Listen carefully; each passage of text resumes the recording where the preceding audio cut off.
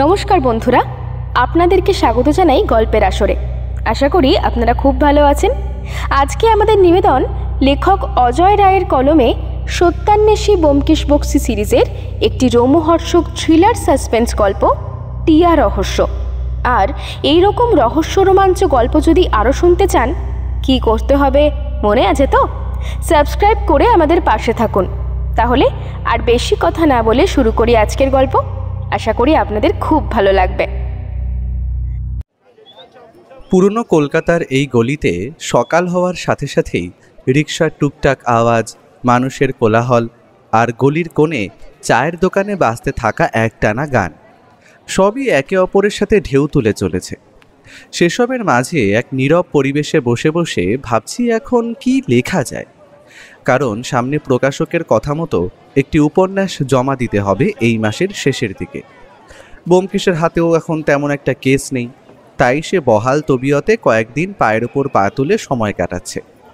তার সামনে এখন খোলা রয়েছে বড় বড় কিছু দরকারি কাগজের ফাইল, আর অনেক দিন খোলা পড়ে থাকার কারণে সেগুলোর মধ্যে হালকা ধুলোর স্তরও জমে গেছে। ব্যোমকেশ কোনো রকমে কাগজের পাতাগুলো একে একে তুলে পড়ে যাচ্ছিল। আমিও তার সাথে বসে একটু আধটু কথা বলছিলাম।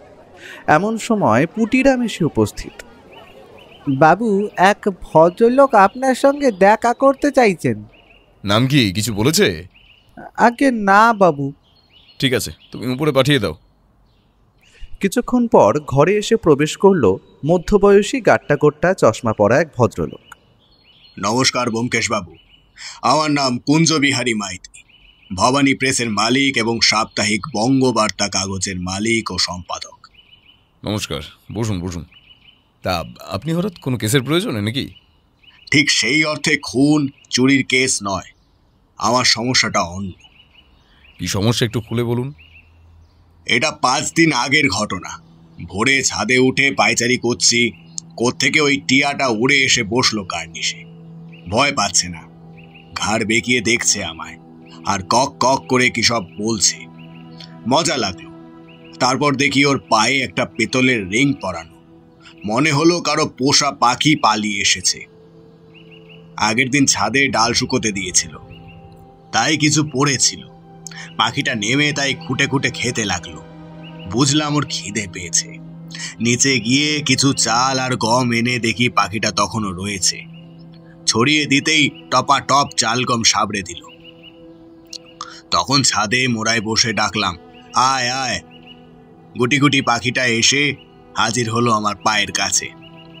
টিয়াটার গায়ে হাত বুলিয়ে দিলাম, কিছু বলল না। একটু ভয় করছিল বটে, যা খড়র মতন ঠোঁট, ঠোক্কর দিলেই গেছি। তারপর পাখিটা আর সঙ্গ ছাড়ে না। ছাদ থেকে নেমে দোতলার বারান্দায় বসে চা খাচ্ছি, বেরোবো প্রেসে।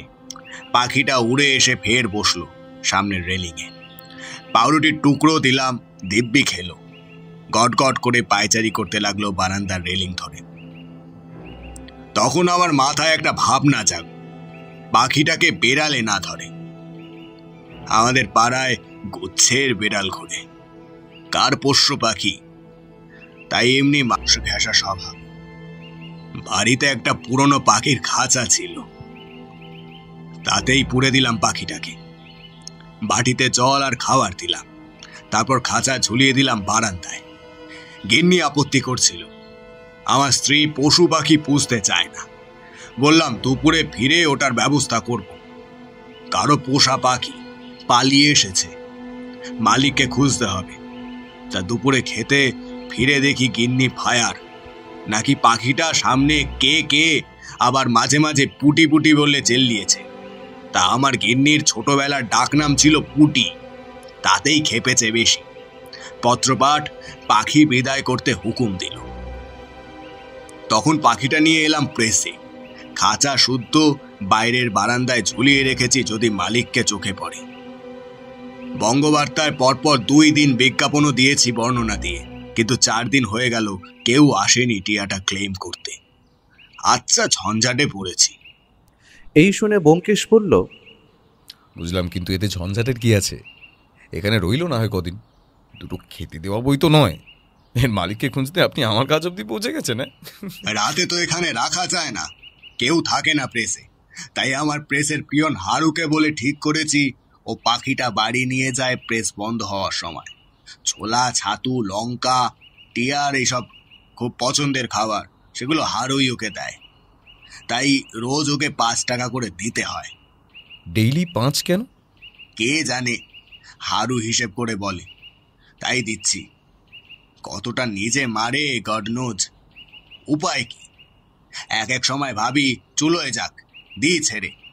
আবার মায়া হয় পোষা পাখির জন্য। তেমন সতর্ক তো নয়, বিড়ালে খাবে কিংবা দুষ্টু লোকে ধরে বাজারে বিক্রি করে দেবে।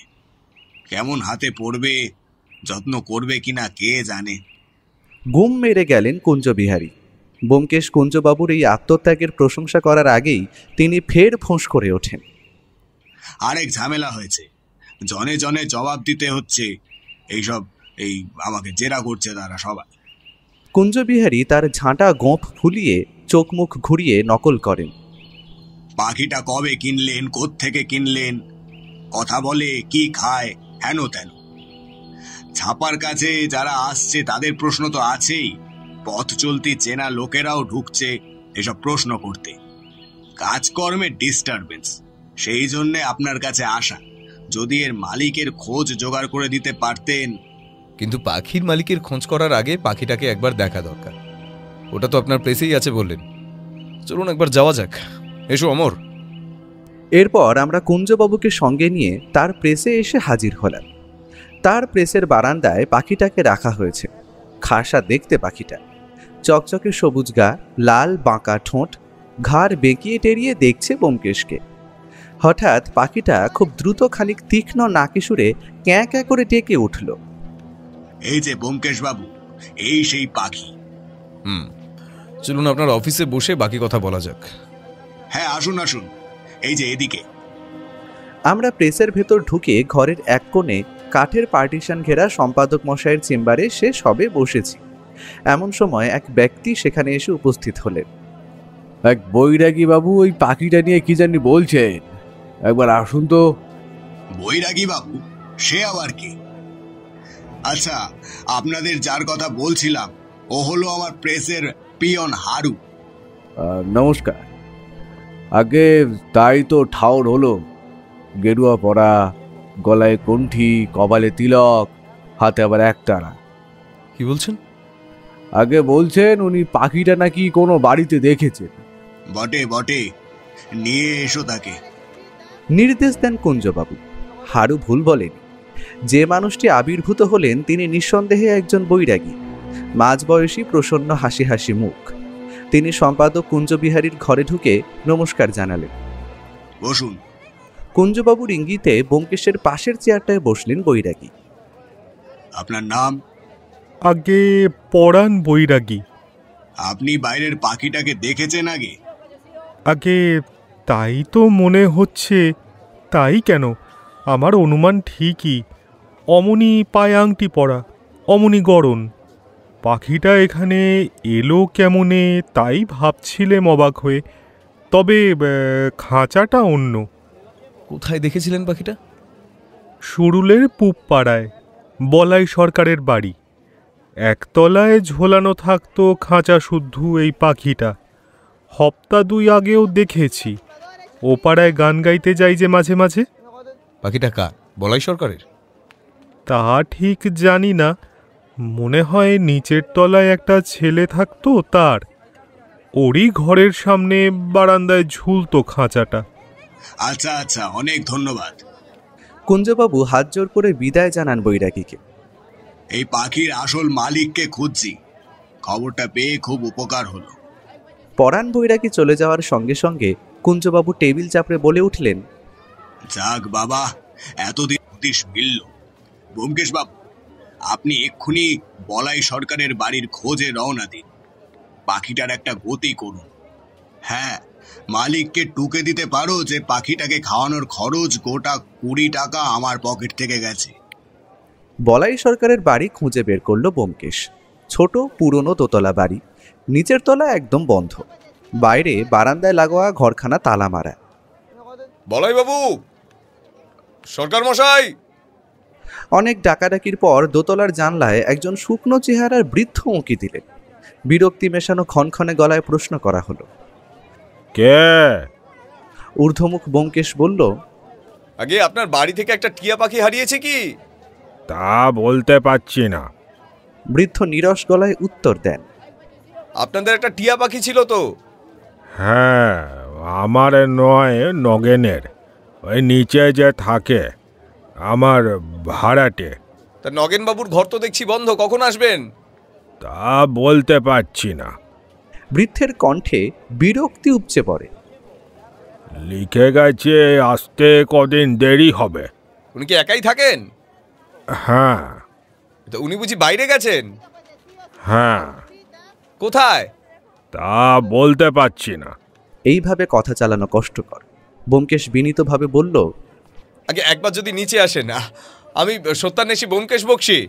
সত্যান্বেষী? তা আমায় কি দরকার? বৃদ্ধের ভুরু কুঁচকায়। আগে ওই টিয়াটা নিয়ে একটু কথা বলবো, আর কিছু নয়। আমরা একটা টিয়া পাখি পেয়েছি। একজন বলল সেটা নাকি আপনার বাড়িতে দেখেছে, তাই আপনার কাছে জানতে এসেছি আর কি। আসছি, দাঁড়ান।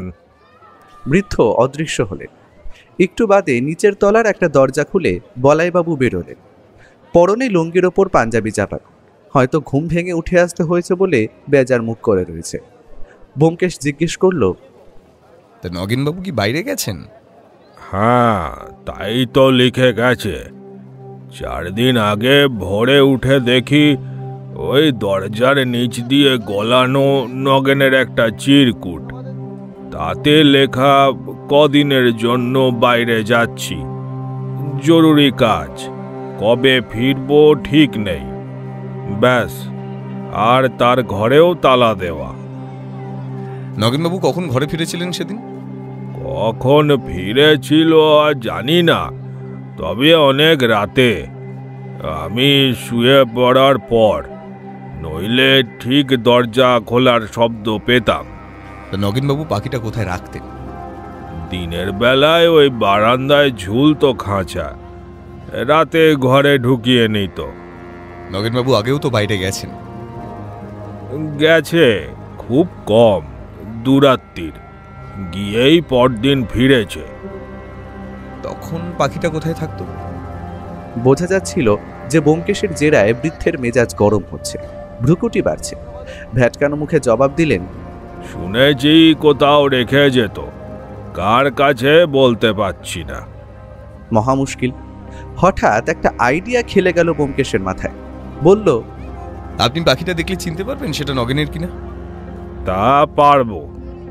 তবে দাদা একটা অনুরোধ, আমার সঙ্গে একবার রিক্সায় গিয়ে চট করে দেখে আসবেন ওটা নগেনের পাখি কিনা। আপনাকে নিয়ে যাব, আবার পৌঁছেও দেব। এই যাব আর আসবো, বড় জোর 8 ঘন্টা। ভবানী প্রেসের মালিক কুঞ্জবাবু পাখিটা নিয়ে ভারী মুশকিলে পড়ে গেছেন। উনি পাখিটা রেখেছেন কিনা কি করবেন, ও বাড়ি ছেড়ে নড়ছিল না টিয়াটা। আছে বিড়ালে ধরে, তাই খাঁচায় পুরে রেখেছেন। বোঝা যায় পোষা পাখি। মালিককে খোঁজ করছেন। যদি ওটা নগেনবাবুর হয়, কদিন না হয় অপেক্ষা করি, হয়তো আরও খোঁজ করতে হবে। ভবানী প্রেসে আছে পাখিটা। ও, কুঞ্জ মাইতির কাছে? চলুন। মনে হলো যে বৃদ্ধ কুঞ্জবাবুকে চেনেন বা নাম শুনেছেন। পথে রিকশায় যেতে যেতে বলাই সরকার একটা নতুন খবর দিলেন। নগেন যাওয়ার আগের দিন রাত 7:30-8টা নাগাদ একজন অচেনা লোক এসে নাকি নগেনের খোঁজ করে। তখন অবশ্য নগেন বাড়ি ফেরেনি। নগেন কখন বাড়ি থাকে, কোথায় কাজ করে, এইসব জিজ্ঞেস করছিল। তো কত বয়স হবে নগেনবাবুর? এই আপনারই বয়সী, বছর 25-30। কদিন আছে আপনার বাড়িতে? এই বছর খানেক। লোকাল লোক? না। কোথায় বাড়ি ওর? মগরা, হুগলি ডিস্ট্রিক্ট। ভবানী প্রেসে খাঁচায় পোড়া পাখিটা মনোযোগ দিয়ে দেখে বলাইবাবু ঘোষণা করলেন, এই নগেনের পাখি বটে। ফিরে যেতে যেতে ব্যোমকেশ জিজ্ঞেস করলো বলাইবাবুকে, পাখিটা কতদিন এনেছেন নগেনবাবু? তা মাস 6। পাখিটাকে যত্নার্থী করতেন? তা করত। কতগুলো চিন্তা চকিতে খেলে যায় ব্যোমকেশের মাথায়। রাতে তো পোষা পাখি খাঁচা বা ঘর ছেড়ে বাইরে যায় না, মানে যারা নিশাচর নয়। তবে কি হাত ফসকে পালায়নি? পাখিটাকে ইচ্ছে করে বের করে দেওয়া হয়েছিল, কিন্তু কেন? কি এমন জরুরি দরকার? এভাবে ছেড়ে গেলে প্রিয় পাখিটা যে মারা পড়তে পারে তা না জানার কথা নয়, তবু গেছে। ওকে দিয়ে যাওয়ার ফুরসত অব্দি মেটেনি। সে রাতে যে লোকটা ডাকতে এসেছিল তার সঙ্গে এভাবে নগেনের উধাও হওয়ার যোগ আছে কি? ব্যোমকেশ জিজ্ঞেস করে বলাই বাবুকে, আচ্ছা, যে লোকটি সেই রাতে নগেনকে ডাকতে আসে সে কি ফের এসেছিল? তা বলতে পারছি না, জবাব দেন বলাই বাবু। মানে আমি আর কিছু জানি না। আচ্ছা, নগেনবাবু কি রাত করেই ফেরেন? মাঝে মাঝে রাত করে, একা লোক, আড্ডা ফাড্ডা দিয়ে আসে। উনি করেন কি? Radio mechanic.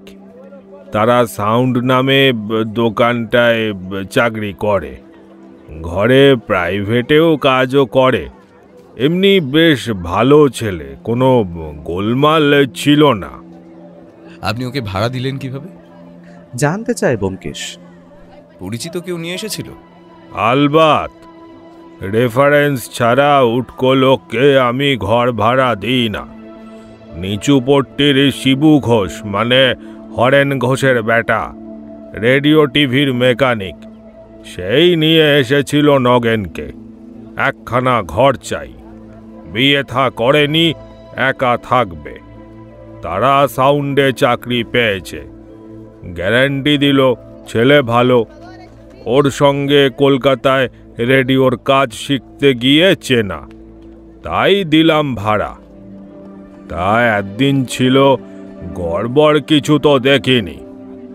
বলাই সরকারের বাড়ি পৌঁছে ব্যোমকেশ ফট করে বলাই বাবুকে বলে বসলো, বাকিটা আপনার কাছে রাখুন, নগেনবাবু ফিরলে দেবেন।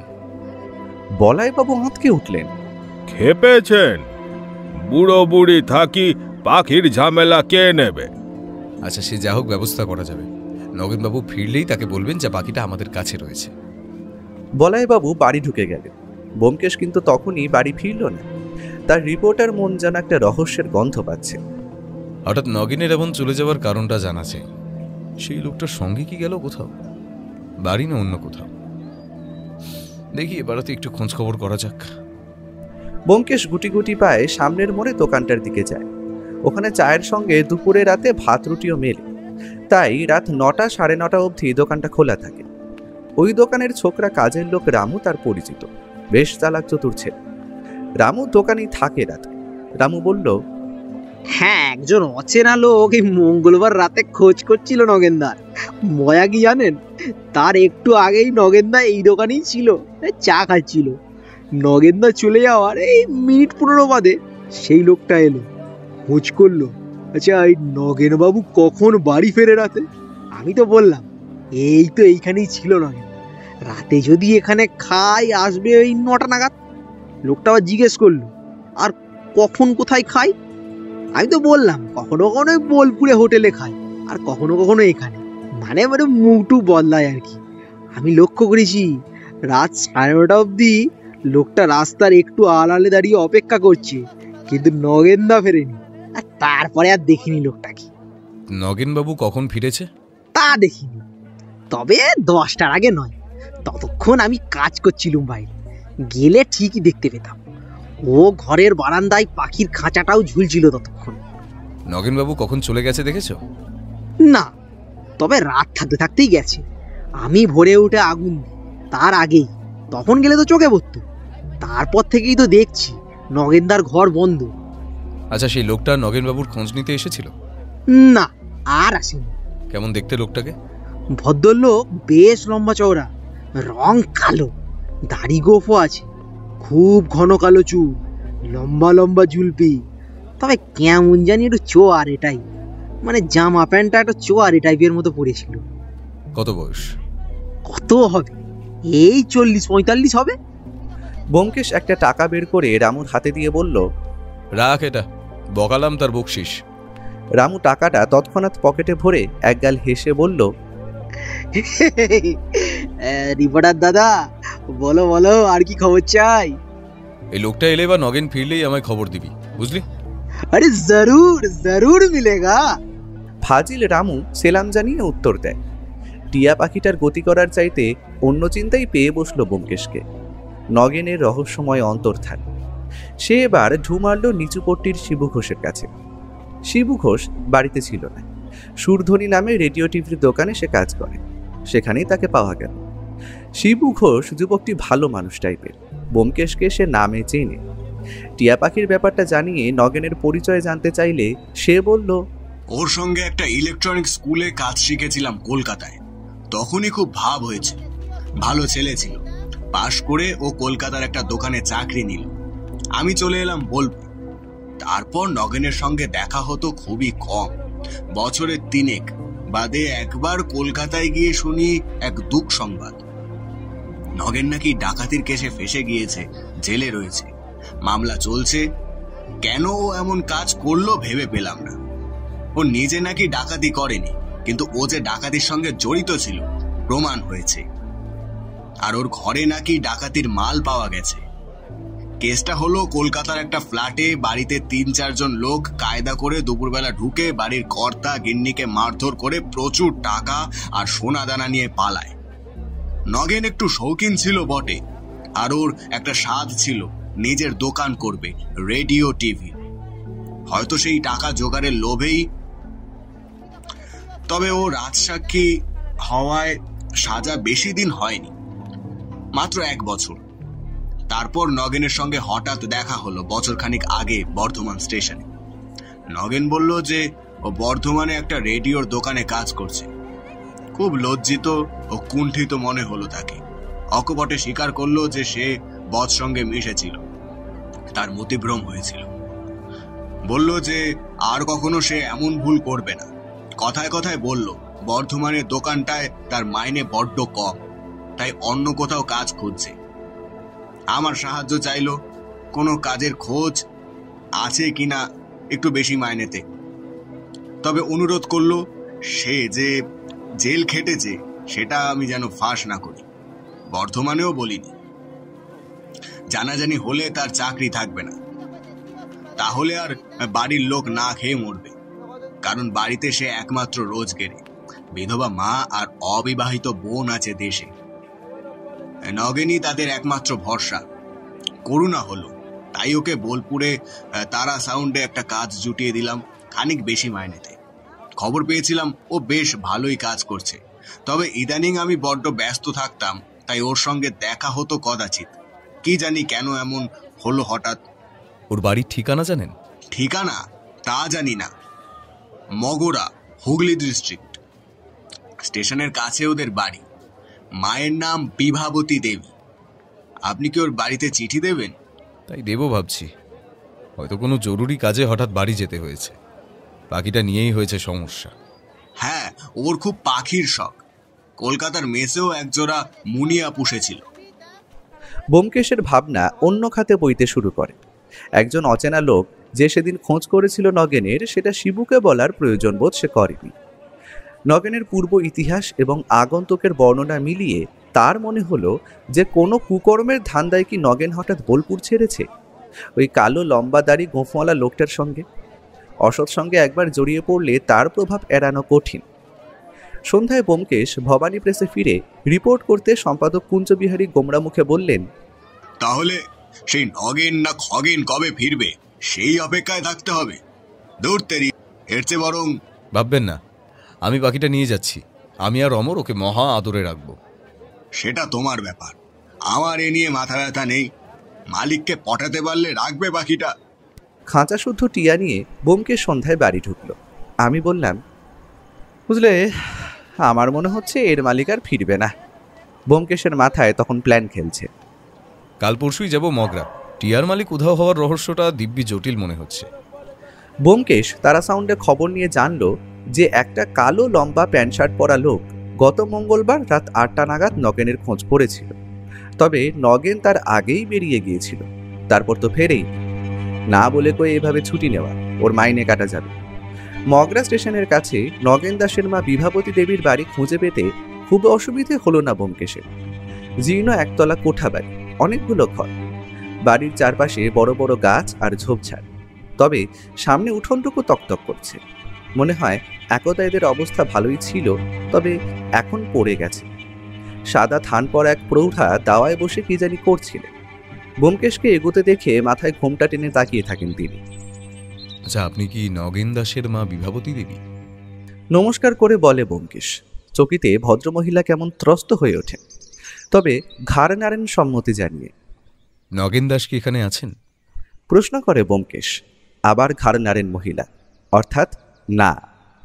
ইতিমধ্যে একটি সুষ্টি যুবতী মেয়ে এসে দরজায় দাঁড়িয়েছে। তার পরনের শাড়ি প্রৌঢ়ার মতনই ময়লা। আমি কলকাতা থেকে আসছি, নগেন দাসের বিষয়ে একটু কথা বলতে চাই, জানালো ব্যোমকেশ। বিভাবতী দেবী এবার ভীত অস্ফুট স্বরে বলে ওঠেন, কেন কেন? কোথায় বসা যায়? ব্যোমকেশ এদিক ওদিক তাকাতে মেয়েটি একটি টুল এনে রাখে, তার উপরে সে বসে। মেয়েটি বোধ হয় নগেনের বোন। উৎসুকভাবে তাকিয়ে থাকে মেয়েটি।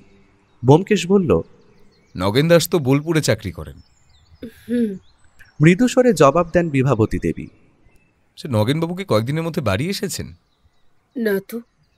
উনি গত মঙ্গলবার রাতে হঠাৎ কোথাও গেছেন, কোথায় গেছে জানেন? মা মেয়ে দুজনের কণ্ঠ থেকে যেন আর্তনাদ বেরোয়। মেয়েটি বলে ওঠে, সে কি এখনো ফেরেনি? ব্যোমকেশ বুঝল যে নগেনের অন্তর্ধানে এরা খুব ঘাবড়ে গেছে, যেন কিছু একটা আশঙ্কা করছে। কিন্তু একটা জোয়ান ছেলে না হয় কদিন বাইরে গেছে, তাতে অত নার্ভাস হওয়ার কারণ কি? ব্যোমকেশ চারপাশটা একবার দেখে নেয়। না, তাদের কথা কেউ শুনতে পাবে না, কাছাকাছি বাড়ি নেই। সে নিচু গলায় বলল, দেখুন, নগেনবাবুর পূর্ব ইতিহাস আমি জানি। মঙ্গলবার রাতে তার হঠাৎ চলে যাওয়াটা বেশ রহস্যজনক। বোলপুরে কাউকে কিচ্ছু বলে যাননি। কিছু হদিশ পেতে পারি কিনা জানতে আপনার কাছে এসেছি। ব্যোমকেশ অল্প কথায় টিয়া পাখির সূত্র ধরে নগেনকে খোঁজ করার বৃত্তান্ত জানায়। সে রাতে যে একজন অচেনা লোক নগেনের খোঁজে এসেছিল তাও বলে। জিজ্ঞেস করে, নগেনবাবু কোথায় যেতে পারে আন্দাজ করতে পারেন? কোনো আত্মীয় বা বন্ধুর বাড়ি? মা মেয়ে চোখাচোখি করে, তাদের চোখে মুখে ভয়ের ছাপ। বিভাবতী দেবী বিড়বিড় করেন, কি জানি কোথায় গেল। ব্যোমকেশের স্থির বিশ্বাস হয় এরা কিছু চেপে যাচ্ছে। তবে নগেন উধাও হওয়ার ব্যাপারে এরা যে শঙ্কিত হয়েছে সেটা চোখে মুখে ফুটে উঠেছে। ব্যোমকেশ এবার সোজাসুজি প্রশ্ন করল বিভাবতী দেবীকে, আপনারা কি নগেনের কোনো বিপদের ভয় করছেন? একটা গভীর নিঃশ্বাস ফেলে বিভাবতী মেয়ের দিকে একবার তাকিয়ে নিয়ে করুণ স্বরে বললেন, হ্যাঁ বাবা। দেখুন, আগেই বলেছি আমি একজন রিপোর্টার। নগেনবাবুর বিপদে আমি যদি কোনো সাহায্য করতে পারি খুশি হব। তাই কি আশঙ্কা করছেন যদি একটু খুলে বলেন। আচ্ছা, আপনার ছেলে তার পুরনো অসৎ সঙ্গ কি সম্পূর্ণ ত্যাগ করতে পেরেছিলেন? বিভাবতী জোর গলায় বলে উঠলেন, হ্যাঁ বাবা, সে আমার কাছে প্রতিজ্ঞা করেছিল আর কখনো কুসঙ্গে মিশবে না। আমি নিশ্চিত জানি সেই প্রতিজ্ঞাও ভাঙবে না। বাপ মরা ছেলে মেয়ে দুটিকে আমি অনেক কষ্টে মানুষ করেছি। ওরা দুটিও আমায় খুব শ্রদ্ধা ভক্তি করে। ওর কি বিপদের ভয় করছেন? ব্যোমকেশের চিন্তা এবার রহস্যে নতুন কিছু ক্লু পাবার আশায় উন্মুখ হয়। বিভাবতী দেবী নতমুখে কাতর কণ্ঠে বলেন, তুমি তো জানো বাবা, নগেন কর্মদোষে জেল খেটেছে। তবে সাজা বেশি হয়নি রাজসাক্ষী হওয়ায়। ওর কাছ থেকে ডাকাতির অনেক মাল পাওয়া যায়। তাছাড়া ওর মুখে খবর পেয়েই ডাকাতির প্রায় বাকি সব মাল উদ্ধার করে পুলিশ। ডাকাতগুলোর শাস্তির প্রধান কারণও নগেনের সাক্ষী। জেলে যাবার সময় ওই দলের পান্ডা নাকি নগেনকে ভয় দেখিয়েছিল যে জেল থেকে বেরিয়ে সে নগেনকে খুন করবে, এই বিশ্বাসঘাতকতার প্রতিশোধ নিতে। ওই লোকটার জেল হয় 6 বছর। বছর খানেক আগে সেই সর্দারটা ছাড়া পেয়েছে। নগেন খেয়াল রেখেছিল কবে ওই লোকটা ছাড়া পাচ্ছে। নগেন জেল থেকে বেরিয়ে কিছুদিন কলকাতায় আর বর্ধমানে কাজ করে, তারপর যায় বোলপুর। ভালো কাজ জানে বলে ওর চাকরির অভাব হয় না। তবে সে যে জেল খাটা আসামি সেটা গোপনে রাখে। আগেকার চেনাশোনাদের থেকে দূরে থাকে। লজ্জায় বাড়িতেও খুব কম আসতো। এলেও লুকিয়ে লুকিয়ে আমাদের সঙ্গে দেখা করত। টাকা পাঠাতো মানি অর্ডারে। তবে বোলপুর যাবার পর এখানে চিঠি বা মানি অর্ডার করতো না, পাঠাতো ত্রিবেণীতে আমার এক সইয়ের কাছে। আমরা সেখানে গিয়ে নিয়ে আসতাম, পাছে এখানকার পোস্ট অফিস থেকে ওর ঠিকানা বেরিয়ে যায় সেই ভয়ে। এখানে কেউ জানে না নগেন এখন কোথায় থাকে। 3 দশেক আগে একটা লোক আসে এখানে, নগেন কোথায় জানতে চায়। আমরা প্রথমে বলতে চাইনি, কারণ সেই দলের সর্দারটা যে জেল থেকে বেরিয়েছে নগেন বলেছিল। শেষে লোকটা হুমকি দেয় যে নগেনের ঠিকানা না বললে আমাদের সর্বনাশ করবে। তখন ভয়ে বলতে বাধ্য হই নগেনের বোলপুরের ঠিকানা। লোকটা শাসিয়ে যায় ওর এখানে আসার কথা যেন কাউকে না বলি, আর ভুল ঠিকানা দেওয়া হয়েছে বুঝলে আমাদের নিস্তার নেই। তা লোকটা চলে যাওয়া মাত্রই আমি নগেনকে চিঠি দিয়ে খবরটা জানাই, কারণ লোকটার চেহারা দেখে সন্দেহ হয়েছিল যে এই সেই ডাকাত দলের পান্ডা। নগেনের মুখে তার বর্ণনা শুনেছিলাম আমি। ওকে দলের লোক নাকি ওস্তাদ বলে ডাকতো। তা বাবা, তুমি যে লোকটার কথা বলছো যে নগেনের খোঁজ করছিল, বর্ণনা শুনে মনে হচ্ছে ওই সেই ওস্তাদ। জানি না নগেন ওর খপ্পর থেকে পালাতে পারলো কিনা। বলেই বিভাবতী দেবী কেঁদে ফেললেন। অর্থাৎ নগেন যদি পালাতে না পারে, যদি খুন হয়ে যায় ওস্তাদের হাতে। নগেনের অন্তর্ধানের এই নতুন কারণটা জেনে ব্যোমকেশ শতবাক। কি সান্ত্বনা দেবে ভেবে পায় না। বলে, অত দুশ্চিন্তা করবেন না। নগেনবাবু হয়তো আপনার চিঠি পেয়ে সতর্ক ছিলেন, ওস্তাদ যেতেই গা ঢাকা দিয়েছেন। একটা কথা বলে যাই, নগেনবাবুর কোনো খবর পেলে বা সেই ওস্তাদ ফের এলে আমায় তক্ষুনি জানাবেন। আমার ঠিকানা রেখে যাচ্ছি। হ্যাঁ, ওস্তাদের বর্ণনাটা আর একবার ভালো করে বলুন তো। বিভাবতী দেবী বললেন। মন দিয়ে শুনে নিল ব্যোমকেশ। মগরা থেকে সোজা কলকাতায় ফিরলাম আমরা। লালবাজারে পুলিশ ডিপার্টমেন্টের এক অ্যাসিস্ট্যান্ট কমিশনার তার বিশেষ পরিচিত। তার সাহায্যে কিছু খবর জোগাড় করতে হবে। বাড়ি ফিরতেই ব্যোমকেশকে জিজ্ঞেস করলাম, তোমার কি মনে হয় ব্যোমকেশ, টিয়াটার কি হবে? ফেরত নেবে নাকি? সম্পাদক কুঞ্জবিহারী তো ব্যোমকেশের মুখে নগেন বৃত্তান্ত শুনে প্রায় লাফিয়ে উঠলেন। চেয়ার ছেড়ে আধখানা উঠে টেবিলে দুম করে একটা ঘুষি বসিয়ে হুঙ্কার দিলেন, মার্ভেলাস! খুন, মার্ডার, নাটক জমে গেছে হে। ব্যোমকেশ বাবু, আপনি ফলো করে যান। ব্যাপারটা শেষ পর্যন্ত কি দাঁড়ায় দেখে বঙ্গবার্তায় একখানা স্টোরি ছাড়বো। দুর্দান্ত হবে, কাটতি বেড়ে যাবে কাগজের। হু হু বাবা, ভাগ্যিস টিয়াটা আমার নজরে পড়েছিল। ধরলাম ভাগ্যিস, তাই তো এমন একটা ইন্টারেস্টিং ঘটনার ক্লু মিলল। আচ্ছা, স্টোরিটার নাম কি দেওয়া যায়? কপালে বার দুই পেনের টোকা মেরে সম্পাদক মশাই ঘোষণা করলেন, হ্যাঁ পেয়েছি, টিয়া রহস্য। ব্যোমকেশ গেল নগেনের বাড়িওয়ালার কাছে। বলাইবাবু তেড়ে ফুঁড়ে উঠলেন, দেখুন মশাই নগেনের কাণ্ড। একজনের ট্রানজিস্টার সারাবে বলে ঘরে এনে রেখেছিল, নাকি 2-3 দিনে দেবে বলেছিল। 7-8 দিন হয়ে গেল, বাবুর পাত্তা নেই। খুব হম্বিতম্বি করে গেছে লোকটা।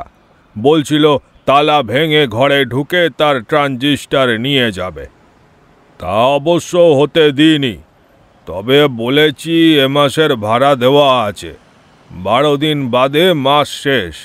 ততদিনে না ফিরলে সাক্ষী রেখে তালা খুলে নিয়ে যাক তার রেডিও, আমার আপত্তি নেই। হ্যাঁ, নগেনের একটা চিঠি এসেছে। চিঠি কই দেখি। ইংল্যান্ডটা দিতে বলাইবাবু ইতস্তত করছিল। ব্যোমকেশ ভরসা দিল, আমি দেখাতে কোনো ভয় নেই।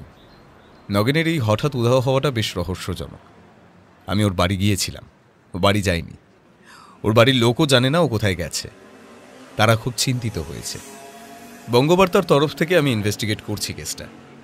দরকার হলে পুলিশেও ইনফর্ম করব। সাহস পেয়ে বলাইবাবু ব্যোমকেশের হাতে চিঠিটা দিলেন। ব্যোমকেশ ইংল্যান্ডটা খুলে দেখল যে এটা নগেনের মায়ের চিঠি, যে চিঠিতে তিনি নগেনকে সাবধান করে দিয়েছিলেন ওস্তাদ সম্বন্ধে। ডাক বিভাগের কৃপায় একদিনে এলো চিঠিটা। ব্যোমকেশ ভাবল, তবে তো নগেন সতর্ক হবার সুযোগ পায়নি। ও তাহলে নির্ঘাত ওস্তাদের আগমন লক্ষ্য করে গোপন। হয়তো সে যখন সামনের দোকানটায় বসে চা খাচ্ছিল তখন, তাই উঠে তড়িঘড়ি পালায়। তারপর ঘরে আসে লুকিয়ে লুকিয়ে। কিন্তু কথা হলো যে নগেন কি ওস্তাদের চোখ এড়িয়ে নিরাপদে পালাতে পেরেছিল? ওস্তাদ ধূর্ত বদমাস, হয়তো আড়াল থেকে নজরে রেখেছিল নগেন কখন ঘরে ফেরে। তারপর পলাতক নগেনকে যদি সে ফলো করে, শেষে সুবিধা মতো কোথাও পেয়ে নিখেশ করে। ব্যোমকেশ চায়ের দোকানে রামুকে ডেকে বলল, মনে রাখিস, যদি নগেন ঘরে ফেরে বা সেই কালো গুন্ডা টাইপ লোকটা আসে, সঙ্গে সঙ্গে আমায় খবর দিবি। অমনি বকশিস পাবি কিন্তু। ব্যোমকেশ একখানা 1 টাকার নোট রামুর হাতে দিয়ে বলল, এনে অ্যাডভান্স। রামু অমনি একটা স্যালুট ঠুকে বলল, জহুকুম জহুকুম। ব্যোমকেশ প্রত্যেকদিন অনেকগুলো দৈনিক খবরের কাগজ এনে উল্টে পাল্টে দেখে। একদিন কৌতূহলী হয়ে আমি জিজ্ঞেস করলাম, কি এত মনোযোগ দিয়ে পড়ছো? কোনো বেওয়ারিশ মৃতদেহ পাওয়া গেছে কিনা খুঁজি। পুলিশ ডিপার্টমেন্ট থেকে বিজ্ঞাপন দেয়, কখনো কখনো নিউজ হিসেবেও বেরোয়। এমন মৃতদেহ কাছাকাছি শহরে মর্গে রেখে দেয়। আমি কয়েকটা গিয়ে দেখেও এসেছি, নগেনের খোঁজ মেলেনি অবশ্য। তুমি কি ভাবছো সত্যিই নগেন খুন হয়ে যেতে পারে? সে সম্ভাবনা খুবই। যদি খুন না হয় নগেন ফিরবে।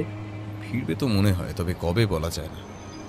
ওর কিছু জিনিসপত্র পড়ে আছে নিজের ঘরে, তাছাড়া রেডিওর দোকানে মাইনে বাবদ ওর কিছু টাকাও পাওনা আছে। ফিরলে আর এখানে থাকছে না, টুক করে এসে জিনিসপত্র মাইনে নিয়ে পালাবে। খাঁচা শুদ্ধ পাখি নিয়ে যাবে কোথায়? আমি বললাম, আমি ধরে নিয়েছি যে টিয়া পাখিটা আমাদেরই সম্পত্তি হয়ে গেছে। আরও একবার ব্যোমকেশ গেল লালবাজারে, থানার দারোগার সঙ্গেও দেখা করল। সেদিন সকাল 11টা নাগাদ ব্যোমকেশ বাড়িতে বসে খবরের কাগজ ওল্টাচ্ছিল। সহসা গেটের সামনে রামুর আবির্ভাব। কিরে রামু? জিজ্ঞেস করে ব্যোমকেশ। রামু ব্যোমকেশকে কাছে আসতে ইশারা করে। ব্যোমকেশ দ্রুত পায়ে তার কাছে যায়। রামু ফিসফিসিয়ে বলে, আমায় জিজ্ঞেস করছিল নগেনদা ফিরেছে কিনা। নগেনদার ঘরের সামনেটাই ঘুরে দেখলো, তারপর? তীব্র উদ্বেগ ফোটে ব্যোমকেশের কথায়। তারপর চলে গেল। কোথায়, কোন দিকে? রামু মিচকে হাসে, বলে, ব্যোমকেশ দা, বকশিস খেয়েছি, কাজে ফাঁকি পাবেন না। এই রামচন্দ্র সে পাত্তর নয়। 1 কেজি পেঁয়াজ আনতে বলেছিল মালিক। লোকটা পা চালাতেই টপ করে পয়সা চেয়ে থলি হাতে লোকটার পিছু নিল। বাজারের দিকেই যাচ্ছিল লোকটা। দেখে নিলুম ও কোথায় ঢুকছে। কোথায়? India boarding house. শটান ঢুকে গেল ভেতরে। একটু অপেক্ষা করে হোটেলটায় আমিও ঢুকে পড়লাম। আরে আমার পড়ার পঞ্চা ওখানে কাজ করে, ওকেই জিজ্ঞেস করলাম। আর জিজ্ঞেস করাতেই সে বলল, আজ সকালেই 22 নম্বর রুমে উঠেছে লোকটা, একাই উঠেছে। ব্যাস, তারপর সোজা চলে এসেছি আপনার কাছে। এবার পেঁয়াজ নিয়ে ফিরবো আর কি। লোকটার কপালে কাটা দাগটা লক্ষ্য করেছিল? আলবাত আলবাত লক্ষ্য করেছি। লোকটা সন্দেহ করেনি তো? ফলো করছিস? খেপেছেন স্যার। অনেক দূর থেকে পথের লোকের ভিড়ের মধ্যে মিশে তাকে ফলো করেছি। এই রামুকে ধরা অত সোজা নয়। রামু চলে যাওয়ার মিনিট কয়েকের ভিতর ব্যোমকেশ পথে নামল, সোজা গেল থানায়। আধ ঘন্টার মধ্যে কলকাতা পুলিশ অ্যারেস্ট করলো ওস্তাদকে ইন্ডিয়া বোর্ডিং থেকে। এ নিয়ে একটু উত্তেজনা হলো বটে জনতার মধ্যে, কে লোকটা, ব্যাপারটা কি। কিন্তু থানার দারোগা বিশেষ মুখ খুললেন না, শুধু জানালেন যে লোকটা দাগি আসামি, পালিয়ে বেড়াচ্ছিল। হেডকোয়ার্টার্সের ইনস্ট্রাকশন ছিল একে অ্যারেস্ট করার। 2 দিন বাদে ব্যোমকেশ ফের মগরায় হাজির হলো বিভাবতী দেবীর কাছে। এসো বাবা। ব্যোমকেশকে আহ্বান জানালেন বিভাবতী দেবী। মিনুও কৌতূহলী মুখে কাছে এসে দাঁড়ায়। নগেনের কোনো খবর পেলেন? জানতে চায় ব্যোমকেশ। কই না তো, তুমি কিছু পেলে? বিভাবতী দেবী জিজ্ঞেস করে। ব্যোমকেশ বলল, আমি হ্যাঁ পেয়েছি। কি? মা মেয়ে দুজনেরই কণ্ঠে উদ্বেগ ভরা প্রশ্নটা বেরোয়। ব্যোমকেশ চট করে কোনো জবাব না দিয়ে বেশ কিছুক্ষণ দুজনেরই মুখে তীক্ষ্ণ দৃষ্টি বোলায়। তারপর ধীর স্বরে বলে, নগেনবাবু যে নিরাপদে আছেন কোথাও, এটুকু আমি জানতে পেরেছি। তার ঠিকানাটা জানি না এখনো, তবে সেটা আপনারা জানেন। এ বিষয়ে আমি নিশ্চিন্ত। আমরা? না না। প্রবল প্রতিবাদ করে ওঠে মা এবং মেয়ে। ব্যোমকেশ মৃদু হেসে বলল, আমার চোখে ফাঁকি দিতে পারেননি। বেপাত্তা ছেলের কোনো খবর না জানলে যতটা দুর্ভাবনা ফোঁটা উচিত ছিল, তার বিন্দুমাত্র চিহ্ন দেখলাম না আপনাদের চোখে মুখে। আমি না হয় জানতে পেরেছি যে আপনার ছেলে এখনো জীবিত, কিন্তু সে খবর তো আপনাদের কাছে পৌঁছবার কথা নয়, অন্তত আমি যেভাবে জেনেছি। তার মানে আপনারা খবর পেয়েছেন অন্য সূত্রে। খুব সম্ভব নগেনবাবুই স্বয়ং আপনার ত্রিবেণীর সইয়ের বাড়িতে গোপনে চিঠি দিয়েছেন, তাই না? মাথা নিচু করে মৃদু কণ্ঠে স্বীকার করেন নগেনের মা। হ্যাঁ বাবা, ঠিকই ধরেছ, তবে ওর ঠিকানাটা। তিনি ইতস্তত করেন। ব্যাস ব্যাস, তার ঠিকানা আমি জানতে চাইছি না। আমি শুধু বলতে এসেছি যে নগেনবাবুকে চিঠি লিখে কয়েকটা খবর জানিয়ে দিন। কি খবর? মাথা তুলে একটা স্বস্তির নিঃশ্বাস ফেলে জিজ্ঞেস করেন বিভাবতী দেবী। ব্যোমকেশ বলল, 1 নম্বর, ওস্তাদকে অ্যারেস্ট করেছে পুলিশ। সে কি? কেন? মাহমেদ চমকে ওঠে। কারণ ওস্তাদ জেল থেকে বেরোবার কিছু বাদে দল জুটিয়ে ফের এক জায়গায় ডাকাতি করে। পুলিশ তার প্রমাণ পেয়েছে, তাকে খুঁজছিল ধরতে। ওস্তাদ গা ঢাকা দেয়, তারপর দাড়ি গোঁফ গজিয়ে চেহারা পাল্টায় খানিক। সেই চেহারা নিয়েই আসে আপনাদের কাছে। এরপর নগেনবাবুর সন্ধানে যায় বোলপুর, খুব সম্ভব প্রতিশোধ নিতে। সেদিন নগেনবাবু দৈবাত তাকে বাড়ির কাছে দেখেই চিনে ফেলেন, তাই সেই রাতেই প্রাণ ভয় পালান, ফলে বেঁচে যান। আমি ওস্তাদের ব্যাপারে কলকাতায় পুলিশ ডিপার্টমেন্টে খোঁজ নিতে গিয়ে জানতে পারি তার এই নতুন কীর্তি, মানে ফের ডাকাতির কথা। আমি বোলপুর থানাকে সতর্ক করে দিয়েছিলাম, নিজেও চোখ রাখছিলাম। দুদিন আগে ওস্তাদ আবার বোলপুরে নগেনবাবুর খোঁজ করতে আসার পরই সে অ্যারেস্ট হয়। সুতরাং নগেনবাবু এখন নির্ভাবনায় বোলপুরে আসতে পারেন, তার জিনিসপত্র বাকি মাইনে নিয়ে যেতে পারেন, ইচ্ছে করলে বোলপুরে কাজও করতে পারেন। তাকে জানিয়ে দেবেন এসব। ভাগ্যিস আপনার চোখকে ওস্তাদ ফাঁকি দিতে পারেনি, তাই ওকে এত সহজে গ্রেফতার করা সম্ভব হলো। ও বাবা, কি যে নিশ্চিন্ত হলাম। তোমায় যে কি বলে আশীর্বাদ করব। আনন্দে বিভাবতী দেবীর চোখে জল এসে যায়। ব্যোমকেশ শেষে বলে, নগেনবাবুকে আর একটা কথা জানাবেন যে আমার একটি প্রার্থনা আছে। মানে এটা ঠিক আমার প্রার্থনা নয়, বলতে পারেন আমার ভাইপো ভাইজির আবদার, যারা নগেনবাবুর টিয়া পাখিটা দেখাশোনা করছে। পাখিটার ওপর ওদের ভীষণ মায়া পড়ে গেছে, তাই যদি পাখিটা ওদের দান করেন নগেনবাবু, ওরা বড্ড খুশি হয়। হ্যাঁ বাবা, পাখিটা ওরা নিক। আমি নগেনের হয়ে পাখিটা ওদের দান করছি।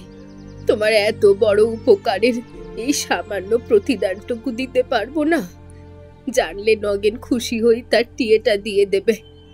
তোমার ভাইপো ভাইজির কাছে ওটা সুখে থাকুক। ব্যোমকেশ উঠল, তার কাজ হাসি। এবার বঙ্গবার্তার জন্য জমাটি একখানা লিখে ফেলা যাক।